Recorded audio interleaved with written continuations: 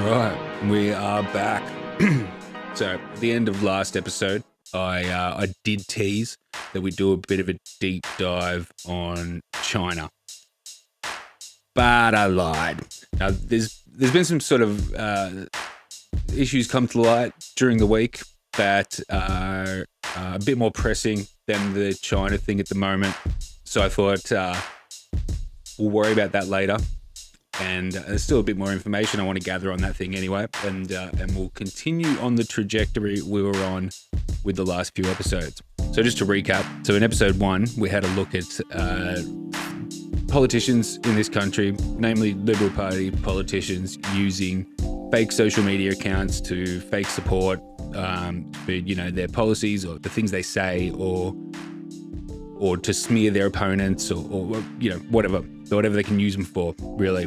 Andrew Laming likes to just harass women in his electorate with them, and they just seem to do whatever. So we had a look at that, and just sort of the mainstream news reporting on that. And then in the second episode, we had a look at Crosby Textor, and more specifically, the history of Crosby Textor from the 90s when they were part of the Liberal Party, up through the Children Overboard, Tampa affair whole thing in 2001, where they branched out and then became their own company and started working for other conservative governments, namely New Zealand and then the UK, and running their elections all the way up to Brexit, where they ran the secret Brexit campaign, where they pretended to run pretend organized grassroots organizations, encouraging people, not even just encouraging people, but basically making it as easy as possible, whilst encouraging people to write their MPs and campaign for hard Brexit, which is actually the worst possible outcome of Brexit for the British population. Not only that, it wasn't an insignificant part of the campaign either. Even though they still didn't officially work on the Brexit campaign, the campaign they ran was the highest spending campaign of the whole Brexit thing by far. So, make of that what you will. And then we had a look at how in 2018, they changed their name from Crosby Textor to CT Group, where they started incorporating other companies that they contract out to that run all different aspects of the campaigns. But we don't know who these companies are, except for the one, which is Topham Guerin, who is the meme farm. Now, I'm going to read a Facebook post that did the rounds last week. But before I get there, I need you to do something for me. Now, so far, we've covered just sort of stuff that's in the public domain, in the Australian mainstream media. But we're starting to get into the weeds. It's really important that as many people as possible are across this whole thing. There's no use me just sitting here in my shed talking to nobody and laying all this stuff out. I need you to subscribe to the YouTube channel. I need you to like the Facebook page, and I need you to share this stuff around so that as many people as possible can learn about how this whole situation works. Please do that for me. That would be great. So let's have a look at this post that did the rounds this week. So this is written by the good folk over at The Bulletin, a left-leaning news aggregator type thing that they share articles and then also share opinions. Facebook moves to close down groups, an editor's opinion and warning. Facebook has started their part in the re-election campaign of Morrison and the LNP. Many Facebook groups are receiving notifications that they will be shut down if they receive any complaints from members of their groups, and the list of groups is growing.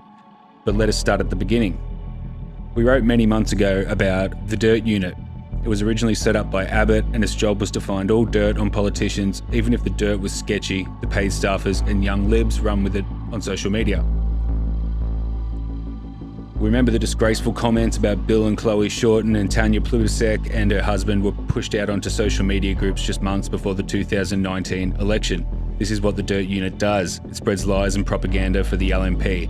What they also do is use fake profiles to badger, harass, intimidate, abuse, and yes, troll Labor Party pages, spreading fake news and lies about Labor. Most of us would have been called leftards or communists by these trolls, but that's just what they do up front. It's their actions behind the scenes that cause the most problems for administrators of pages and for individuals that support and follow Labor. At first, the Dirt Unit, run, we believe now, by Dutton, is set to work to infiltrate closed pages run by Labor supporters to watch, screenshot and report back comments that are made against the government or any LNP minister. Comments they find that could go against standards they report, but not just one report, but multiple reports by fake profiles. So many of these fake profile trolls can never be removed. Many have tried reporting offensive comments from serial trolls, and yet they remain. Yet Labor supporters on Labor pages are being removed for defending their party, their beliefs, and for the most innocent comments compared to the abuse from the Dirt Unit. It's starting to become blatantly obvious that there's nothing we can do about it. The LNP are in control, and they hate free speech, and they hate groups discussing and sharing negative articles on Morrison or any of his ministers.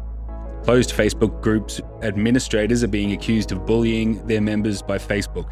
An example which came to light last weekend, an admin was notified by Facebook that there was a breach of community standards regarding a post made on their page.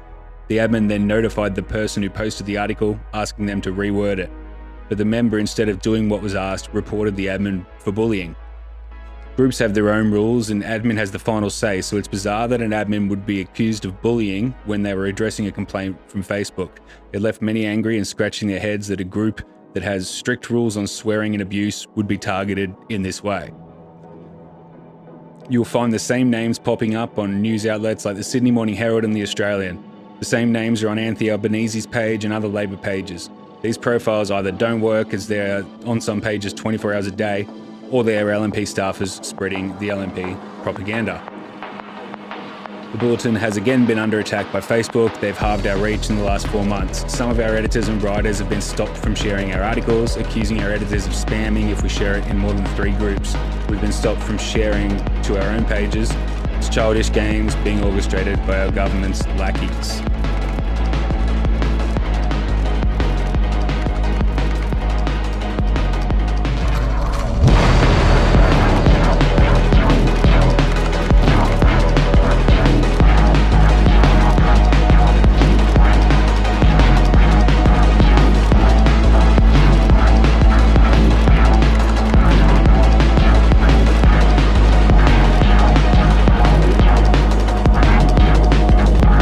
We've got 79,000 cases probably today in India, and here's somebody who gets up and says the earth is flat. Sorry, sunshine, wrong place.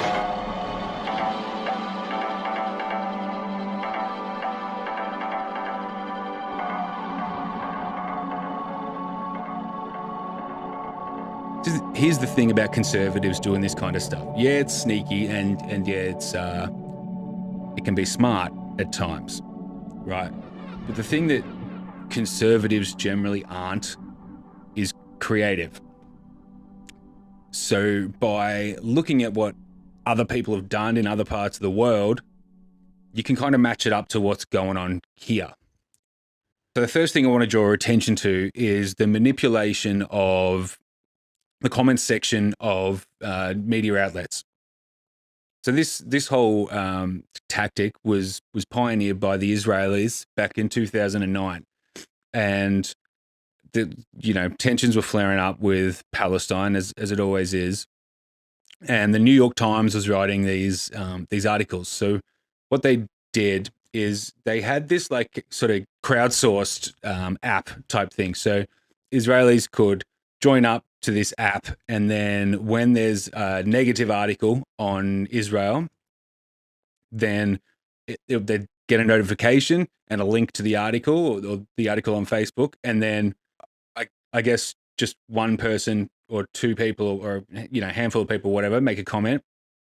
But then the idea was for everyone to like those comments, so they're the comments that are seen right at the top because they've got way more likes than anything else in the comments section. And it was quite effective for them. So this is an article from The Age. Organisers of the Rip Curl Pro surfing event says the Andrews government underestimated the significance of Bells Beach to Victorians. And then we've got top comment, way more likes than anything else. The absolute failure of this Dan Andrews government to actually do more than one thing at once is staggering. Maybe it's true Dan has to tick everything off personally, except of course hotel quarantine version 1. No one can remember who approved that. And this is Terry. He's part man, part hawk, loves his footy. Just a, good, true blue Aussie bloke. Here he is again, sometime later, whinging about this Dan Andrews government has handled this COVID crisis abysmally from the start. Dan's default position from his government mistakes is lock everything down. Spoken like a true campaigner. But he's not the only one. A different comment section now, and I didn't screenshot the original article, so who knows what it was. But this is Tony here. Australia, Victoria is the issue. A quarantine plan organised by socialist dolts. And Tony here is a sunset. Then you've got the same comment section. This one with a very large amount of likes, way disproportionate to even the likes on the actual article. This is Gail. To quote Dan, this hyper-infectious variant is moving at hyper speed. 1 locally acquired case yesterday, 2 cases today, yet the entire state goes into lockdown, complete overreach by an incompetent government running scared. Gail is some flowers. Now, I note that she's got featured photos, and that's actually seems like there is a type of account that specifically does this, whose profile is always very well set up, like that they've filled out everything.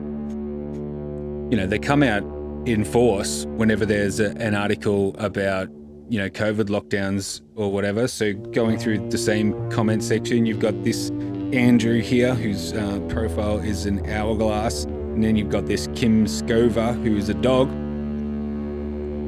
and he likes to post things like this: children forced to wear masks, child abuse apparently, even though no children have been forced to wear masks. And here's an interesting one I saw. So you got this guy: trust the government, they'll keep you safe. Politicians are kind and caring people with trustworthy expert scientists.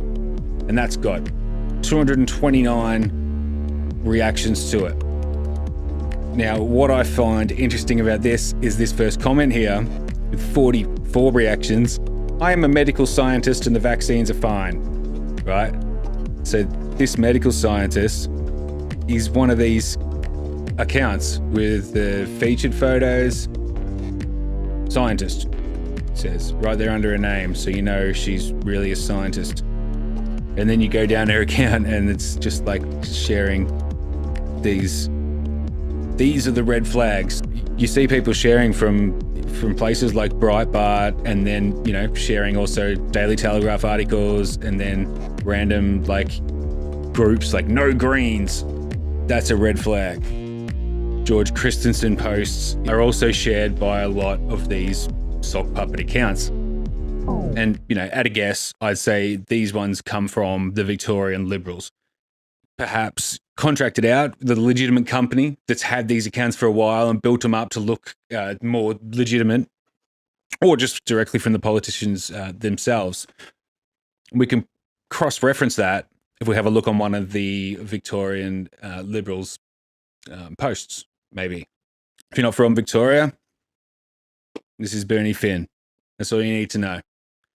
He is one of the biggest purveyors of misinformation of the whole Victorian Liberal Party, above board anyway. So he says state governments can't keep locking down cities or entire states because of a handful of Wuhan virus cases. If Gladys can manage it in New South Wales, what the hell is wrong with the rest of the clods? Ignoring completely what he would have done in the same situation. Let's have a look through his comments. And so, second comment there, 55 reacts. That's because this is not about health or a virus. It's an agenda. I love talking about agendas. Here's one of his shitty anti-Labor memes. Victoria's debt increased to $61 billion in the last 6 months. And the Andrews Labor government won't tell us where it's borrowed from. And then the comment section is just like, this first one is written like it's a campaign slogan. Hope it's not via Greensill and Co.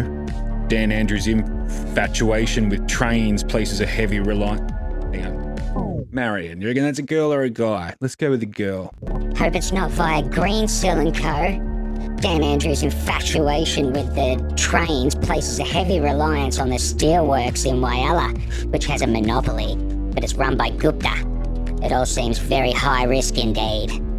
The complete opposite to how the Vic government advertises itself internationally. Right, and then the next comment, also written like a politician.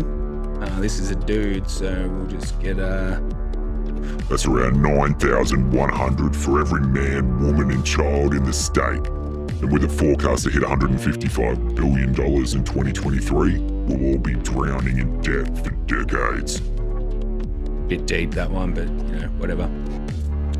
So these guys, pretty closed account, no profile photo, seems like one that politician himself would make, as does this one. He's a car, this guy.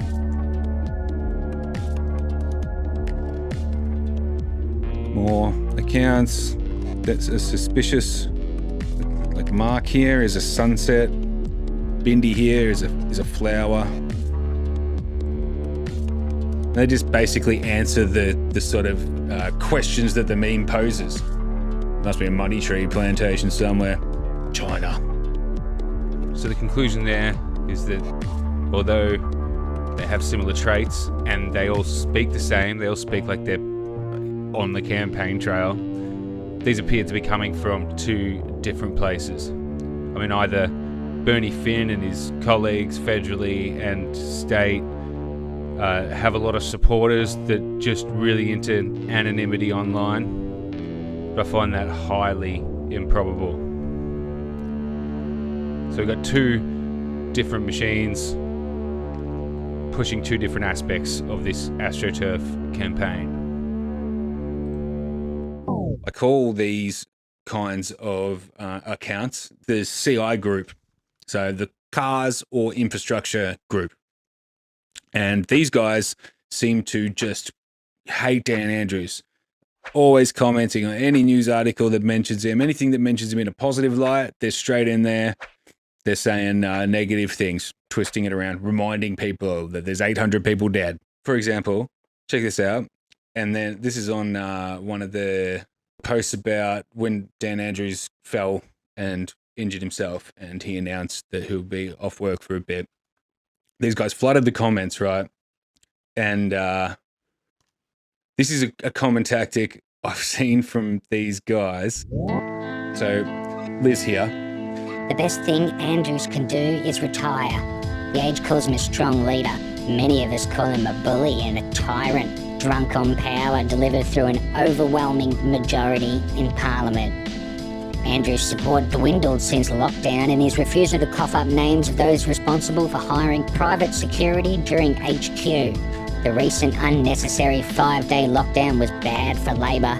Labor should replace him now. Victoria will be very grateful. And then see how someone's just laughed at, says you with the fake account. Oh, hang on. Got to use her voice, eh? Says you with the fake account. You far left bozos are a joke. And then the guy says no, and then straight away she's just like, Fake. I've called this tactic the switch throw. And it's something that is a common, I say right wing, but like maybe just Liberal Party tactic, or Crosby Texter tactic, really. And that is, I went over it last episode when we looked at their campaign ads and the fact that like the stuff they campaigned against, they just ended up doing when they're in. It's just that same thing. It's just quick call them out before they call me out, and then that just neutralizes them calling me out because I've already called them that, so they're just retaliating or whatever. So I'm going to go and this too long, just like making the point that this is definitely happening, right? You got your group infiltrators as well. So I'll just give you a quick, I took this shot of this comment around the same time that the Bulletin came out with that statement.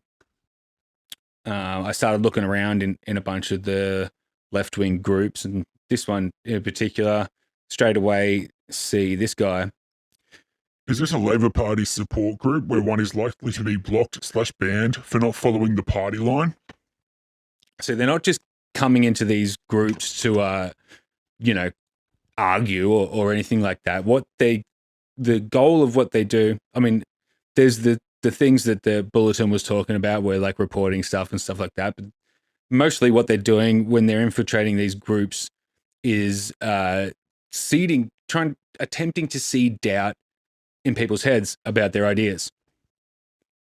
I've had this just saved on my phone for ages, and I just wanted to put it out there. I came across this lady on Twitter at some point last year, about November last year, and she wrote this. So, Caulfield South is a small suburb in the southeast of Melbourne. Our state electorate is Caulfield. Our state MP is David Southwick from the Liberal Party.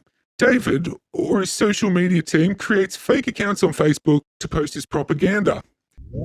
I'm admin for a small community group on Facebook. We have not quite 700 members. We like to find lost dogs and cats in the neighbourhood, working out what bin week it is, rates as important. So, I recently started receiving posts about David Southwick's Zoom sessions titled Alternate Roadmap to Recovery. I approved the initial one, but declined the others because the title wouldn't sit right without it. Further explanation on his part is likely linked to the Liberal National Alternative Roadmap, which has been vastly at odds with how the current government has successfully handled our COVID-19 response. I declined these posts, so suddenly new members applied to join the group, and they shared his posts. Odd. I've screenshotted it before the old screenshot has disappeared from my screen, but it says, one such member was Elliot Thompson. There he is there. Elliot Thompson joined Facebook recently and has no posts, but he wanted to share David Southwick's post most keenly. Elliot Thompson isn't real though. He's actually a high school kid, Zach Toussaint, who's a basketballer featured in a news report in McHenry County, Illinois, USA. There have been a few like this, but the one that broke the camel's back, aka making me lose my patience, was earlier today. A very enthusiastic post from a woman named Sarah Maltzer. She needed to tell us how wonderful David Southwick was today. But Sarah isn't real either. She's actually a nice Jewish lady named Andrea Ginsberg, who helps with a site about scarves and scarf wearing and is on YouTube. I've reported this all to Facebook. I've informed the members of the community. I'm disgusted that I even have to deal with this. Southwick, you have acted disgracefully in this manner and should be ashamed. I allowed you to be a part of a community and you contributed nothing but tried to deceive your constituents. Disgraceful. Unfortunately, it seems that the same posts have been submitted and approved in other local community groups. And this kind of thing is common everywhere, and not just from the state MPs. The fake Facebook furor. Numerous accounts purporting to be real people and a number of community pages with differing political views and agendas have all been active in the digital space over the recent weeks. Two particular pages, Cardinia Election Truths and Cardinia Candidates Fact Check, have all been particularly vocal in questioning the motives of the Liberal-aligned Clean Up Cardinia candidates. Another group, Cardinia Councillors' Expenses, was created in response to the expenses investigation surrounding Labor candidate Colin Ross, appears to have an agenda against Mr. Ross. The former councillor claims to have been the victim of a lengthy and targeted campaign. Mr. Ross said he has consistently been the subject of the page, with recent posts alleging his current campaign was full of lies, lies, and more lies. He said the person behind the page was gutless troll who was hiding behind a page of anonymity. The Guardian made numerous attempts to contact each administrator in an attempt to reveal their identity, however none of the pages responded. The alleged online attacks prompted federal Latrobe MP Jason Wood to take action. He accused a number of pages of making false claims and running political advertisements without disclaimers. Mr. Woods said, people were creating fake so-called community groups and individual accounts where they simply troll. As Prime Minister Morrison has previously said, they are the types of people who hide in their mother's basement behind a computer screen to troll others. Interesting that he would say that because, you know, this is a common practice in his party. We got Scott Morrison's evangelical buddy, Amanda Stoker, caught responding to people defending her policies as someone else from an alternative account. And then last month, Crikey came out with an article about this whole issue. Liberals are faking online engagement, but what is Facebook doing about the page abuse? You know, obviously nothing. They go on to list, obviously, Andrew Laming was running a fake news account. So posing as an actual news outlet, and then running a bunch of community pages as well, claiming they weren't linked to government.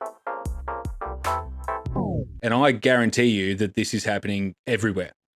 I've joined a couple of community pages, and it was interesting. So I'll show you quickly what I found.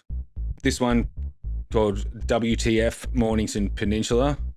And this says that this guy, one of the admins, which just constantly shares posts from Victoria Forward, which is a propaganda outlet affiliated with the Liberal Party, even though they claim to be not affiliated. This is the Frankston Community Notice Board, right? And you got this guy. Basically, there was a house in Frankston North, which is the Pines, which, and you know, if you know the Pines, you know of the Pines. But there was an abandoned house, I guess, and they just left shit everywhere when people cleared out. And so this guy just was like on this mission, coming up, filming it, putting videos on YouTube, and of him just blaming the council or the local government. Frankston, by the way, is Labor, federal and state Labor seat, so you can probably guess where it's coming from, right? And people are correcting him point by point, constantly, and he went around into every group. So this is another one by him. So going on more about how he's been posting his footage on the Frankston Council Facebook page and how they're refusing to help him and blah, blah, blah.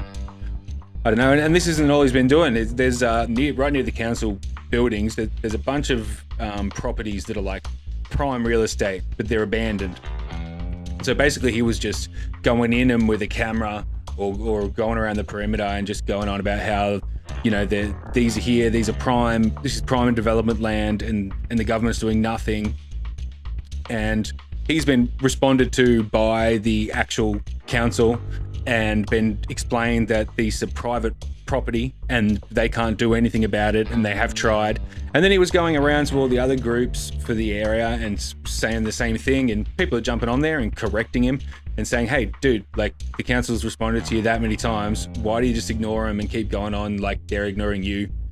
He just wouldn't respond, and he keeps going. Now he's actually got a website, The Real Social Justice Warrior, a voice for the concerned community. When there is a citizen outcry falling on deaf ears, a collective voice of the concerned community is all that is needed in order to be heard.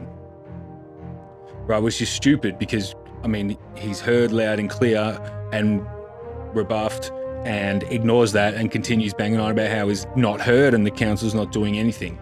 And then here's all his, clips. There's the house in Frankston North. These are the the properties that I was talking about. To blatantly be doing that, like ignoring the actual responses he gets from the authorities and continuing to go on like he's being ignored. I mean, there's obviously an ulterior motive there, whether he's working for the opposition or, you know, property developers looking to purchase the properties and develop them. You know, who knows? But it's definitely suspicious.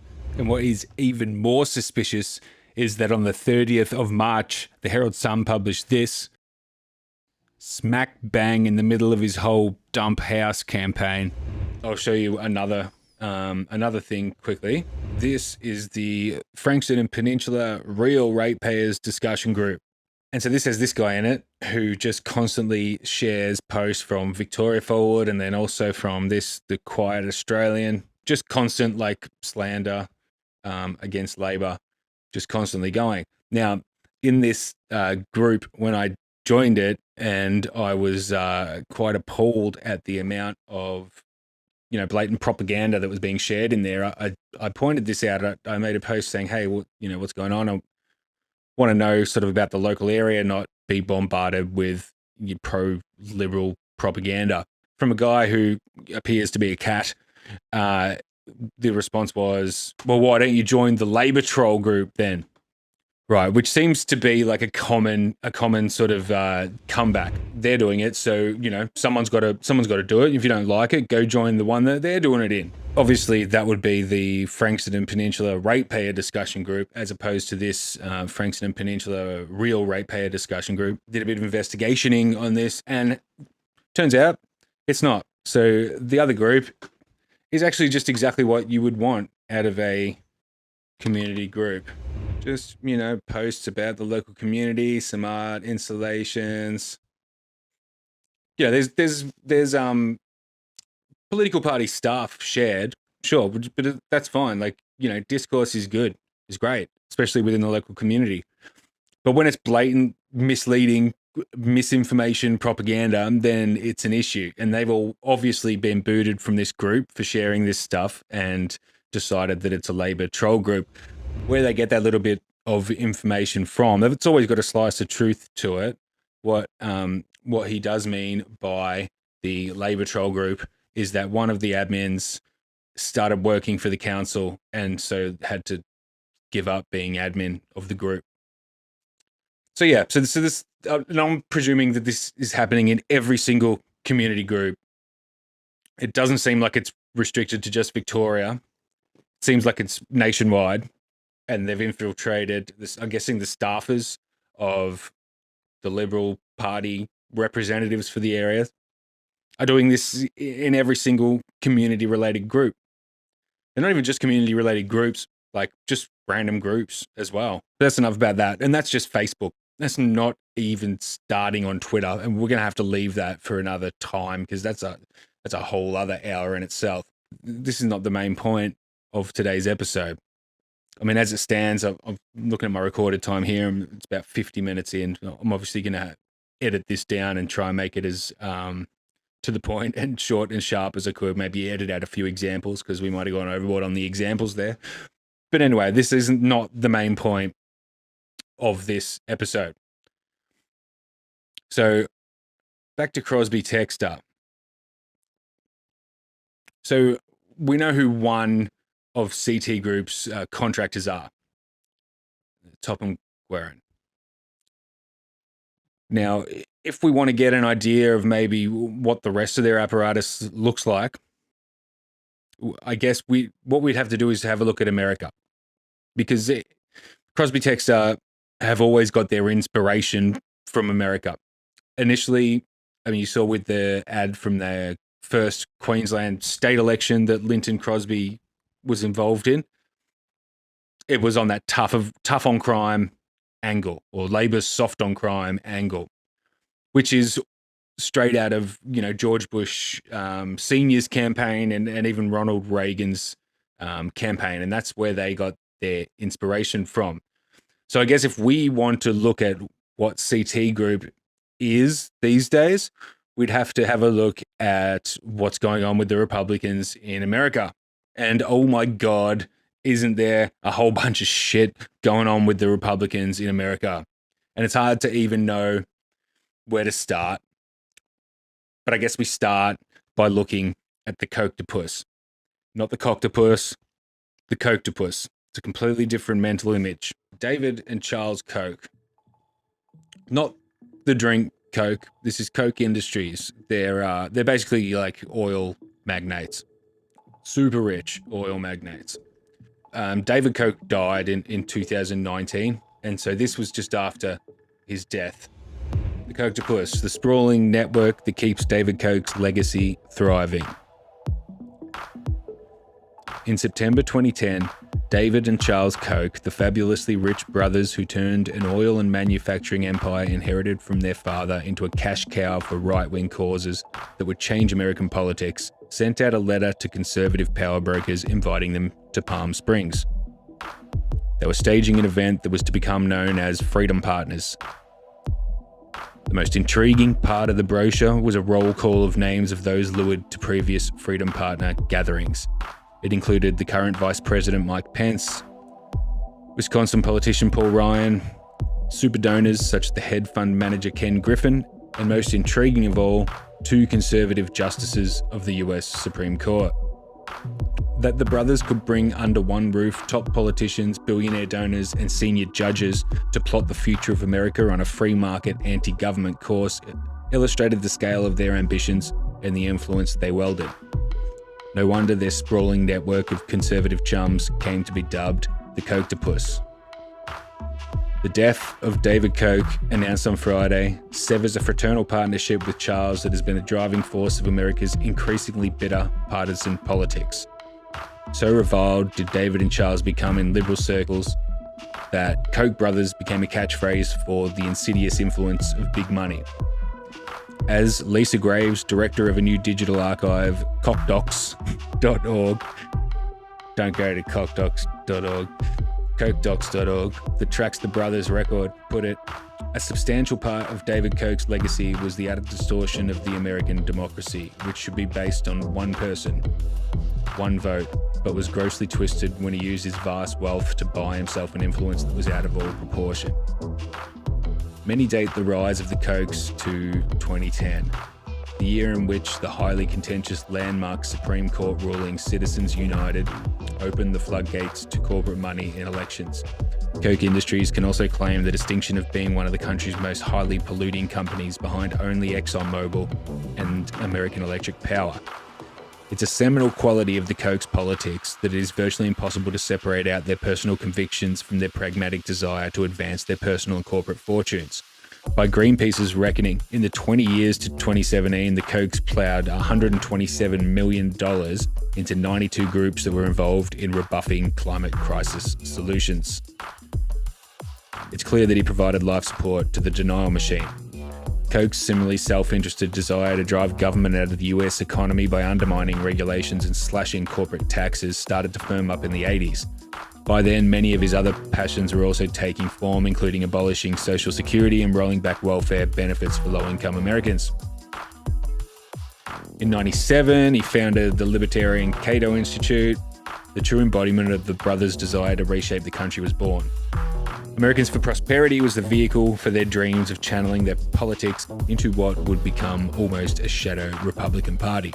Through Americans for Prosperity, the Kochs spawned a nationwide web of impassioned conservative volunteers, empowered by the new voter technology they supported through the political data firm i360.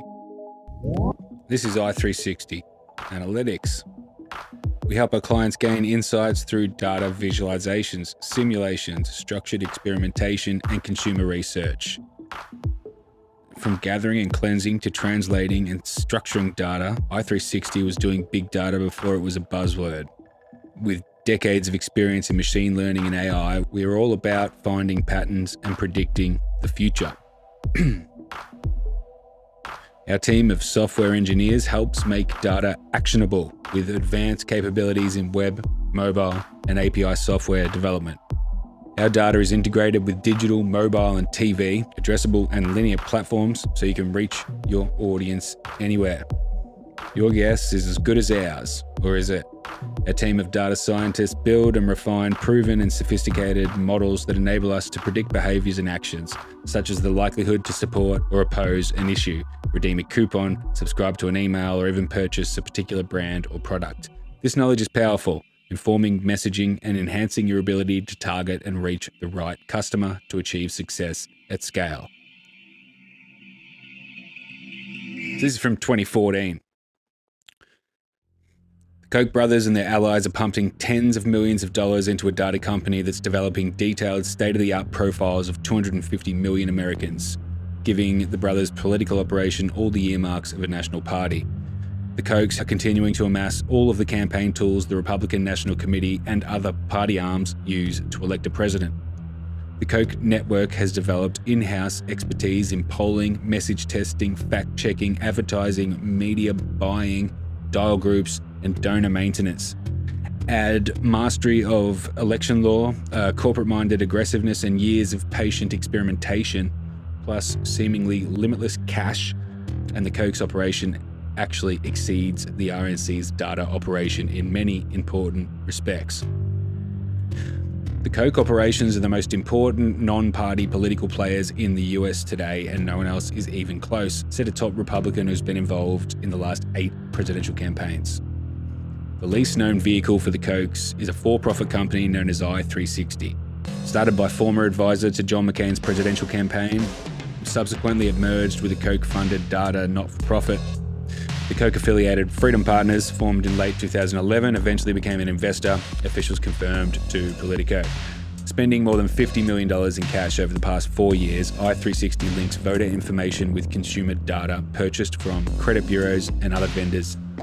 Information from social networks is blended in, along with any interaction the voter may have had with affiliated campaigns and advocacy groups. Then comes estimated income, recent addresses, how often a person has voted, and even the brand of car they drive. Another i360 service slices and dices information about TV viewing to help campaigns target ads more precisely and cost effectively. Michael Palmer, who started the company, said i360 has been able to develop superior campaign tools precisely because it isn't beholden to the political calendar. With a steady stream of money comes the ability to think about the long term, he said. Right now, we're talking about and building things that you won't see in 2016 because it's not going to be ready until 2018. This deep dive into the mechanics of politics reflects the Koch brothers' growing awareness that the traditional forms of advocacy aren't, in isolation, effective enough to achieve the kind of conservative transformation the network's supporters envision. For decades, the Kochs have pursued their goals by sinking tens of millions of dollars into wonky research and advocacy groups. It was only during George W. Bush's presidency that the brothers and their allies began to question whether the power of their ideas alone could carry the day. A movement that started with 15 rich conservatives gathering in Chicago and a single main group, Americans for Prosperity, by 2008 became a congregation of roughly 100 major donors backing a handful of think tanks, grassroots advocacy networks, and political organizations. In 2012, the newly created Freedom Partners, the umbrella group for the Koch's political operation, raised and spent roughly $250 million. Heading into 2016, the Koch network under Freedom Partners has in many ways surpassed the reach and resources of the RNC. And unlike the party, it isn't bound by rules requiring it to maintain neutrality in primaries. Though the network has yet to engage in primaries, that could be the next logical step in its progression from apolitical think tank consortium to aggressive privatized political machine. With good data, we can target them with the right message at the right time.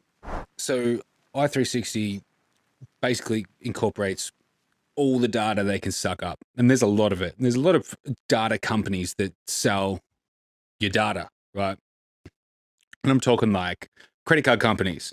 So, you know, like when you apply for a personal loan or a credit card and you fill out all that information about like what your weekly expenditure is and your paycheck and how much your rent is or how much your mortgage is, or if you have current loan repayments, all that stuff, they sell that data to data companies who then on-sell it to companies like i360.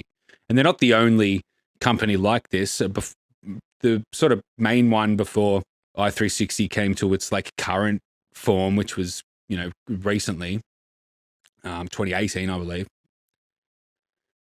You've got Peter Thiel, who has Palantir, which is a similar thing. Just this absolute data trove on everyone. And i360 is very similar. I'll read from this other article here from 2018, which goes into a bit more detail. The i360 voter file identifies more than 199 million active voters and 290 million US consumers, and provides its users with up to 1,800 unique data points on each identified individual. So just to put that in context, 500 data points on someone, and you're able to predict what said person will do. Like say you present them with an ad or something, or just a decision to make. If you have 500 data points on that person, you can predict what that decision will be with greater accuracy than the person closest to them, like their parents and their spouse. Once you get over 1,000 data points on someone, then you know that person better than they know themselves. And these guys have 1,800 unique data points on each identified individual. Your spending habits, your income, everything. Your social media posts, every interaction you've had with a political party, and so on. i360 and the Kochs know your vitals, ethnicity, religion, occupation, hobbies, shopping habits, political leanings, financial assets, marital status, and much more. They know if you enjoy fishing. They know whether you prefer salt or freshwater when fishing. They know if you have bladder control difficulty, you get migraines or have osteoporosis. They know which advertising mediums are the most effective for you. They have the following attribute tags, amongst hundreds of others ranked 1 to 10 or subdivided otherwise in their voter file. Diet, weight loss interest, education level, hearing difficulty, country of origin, high cholesterol, ethnic code, outdoor ad preference, selected member marital, mobile device ad preference, internet ad preference, newspaper ad preference, internet purchase propensity, phone purchase, ethnic product, African American, Bible, cruise vacation propensity, years in residence at location. They give you a 1 to 10 score against each of those things, right? Okay. And then things like home equity estimate, net wealth range, purchasing power, income range, expendable income rank. They know where you live, what your mortgage status is, and how many bathrooms are in your house. So they got your home value when you moved into your home, number of bathrooms, presence of garage. They've also created a set of 70 cluster codes to humanize its data for campaign operations. These categories range from faded blue collars to meandering millennials and have flamboyant descriptions that correspond with their attributed headings. Davenport dandies, older white conservatives who show interest in health insurance. These empty nesters get retirement income through second careers or social security. Gluten-free yuppies. Single, young, highly educated professionals renting apartments in large cities. The creme de la creme. These households bring home the largest paychecks. They're highly educated homeowners, most often married with children living at home. A large number of these people are self-employed, primarily white, but with a significant Asian minority. Adopters and prosumers, college-educated married couples with children, 40 plus, enjoy staying at home. Sueno Americano, it's the Hispanics. Additionally, i360 has developed a series of persuasion models for its voter file. These models are often regionally sensitive, since voters have regional concerns, and are being used in federal elections and down-ballot races to assist Republicans across the country. Much of the i360 success in the race, however, was linked to understanding the key local issue facing Ohio was the opioid epidemic. In response, the company created a heroin model and a heroin treatment model that were particularly effective at convincing voters to support Portman. The manipulation of the opioid crisis for political gain has a perverse irony given the Koch's long-running work to provide corporate interests, including healthcare and pharmaceutical interests, with undue political power and influence over public policy decisions. So it's about tailored advertising based on what's going to be the most effective for you. So they've got this extensive database of different data points on every single voter in their entire country, so they can micro-target tailored ads to them. Now, obviously that sounds like the way Crosby Tech has always worked, even without the internet. But does someone in Australia have something similar to what the Koch brothers have in America? The answer is yes. And that someone is the Liberal Party themselves, or a separate company owned by the Liberal Party called Parakelia, and their software called Feedback. Let's watch this. Let's watch this short piece from the 7:30 report from 2016. It's been revealed how the Liberal Party's doing it through a secret software program called Feedback that MPs use to track information on their constituents. The purpose that's not so legitimate is basically the parties, and in the case of Feedback, it's the Liberal Party, but the Labor Party's got a similar program. Basically, they suck up all of that information. People, what their issues are, what their voting intentions might be, etc., etc. And obviously of concern is, you have sensitive information in Feedback that constituents may very well not want you to have. Every time you walk into your local MP's office, call them or sign a petition to talk about your local hospital or school, that information is logged and stored. As well as some of it being personal and sensitive, there's concerns about how the database is paid for, through a taxpayer-funded subsidy. The Liberal program Feedback is designed by a company called Parakelia. It's registered in the same office as the Federal Liberal Party and wholly owned by it. Its directors include the party's boss, Tony Nutt, and former Minister Richard Alston. Disendorsed Liberal MP Dennis Jensen says he was told to pay $2,500 to buy access to Feedback, and that most other MPs were required to do the same, giving the company a lucrative revenue source, funded out of MPs' electorate allowances paid for by the taxpayer. It was a very clear understanding. There's feedback training provided to staff members, and basically the training is to use it as a database politically rather than to assist constituents. Indeed, the instruction given by feedback trainers is that if there's not a vote in it, don't do it. What's really raised eyebrows is that Parakelia is also funneling that revenue back to the Liberal Party through political donations. Last financial year, it was the party's second biggest donor, chipping in $500,000. All up, it's donated more than $1 million to the party. I think the funneling of public money back into political parties for campaigning is concerning. I think it is completely against the spirit, if not the letter of the law. This is the Feedback user manual. Its first page instructs staff to keep its contents secret, saying, "We do not discuss feedback outside of the office." Dennis Jensen is furious with the Liberals for disendorsing him in his Perth seat. He's now running against them and is attacking his former party. The legitimate use is not the main use. And as proof of that, the taxpayer has paid for my feedback until November this year, yet the Liberal Party has removed my access to feedback and have given it, for instance, to given access to the Liberal Party candidate in my electorate. The Liberal Party says the lack of access is due to technical issues. The government's Cabinet Secretary, Arthur Sinodinos, struggled to explain feedback in an interview late last night, saying he was unsure if taxpayers had shelled out for his office to use feedback. Have you used your allowance, your taxpayer-funded allowance? Well, I'd have to check, but I think I would have, yes.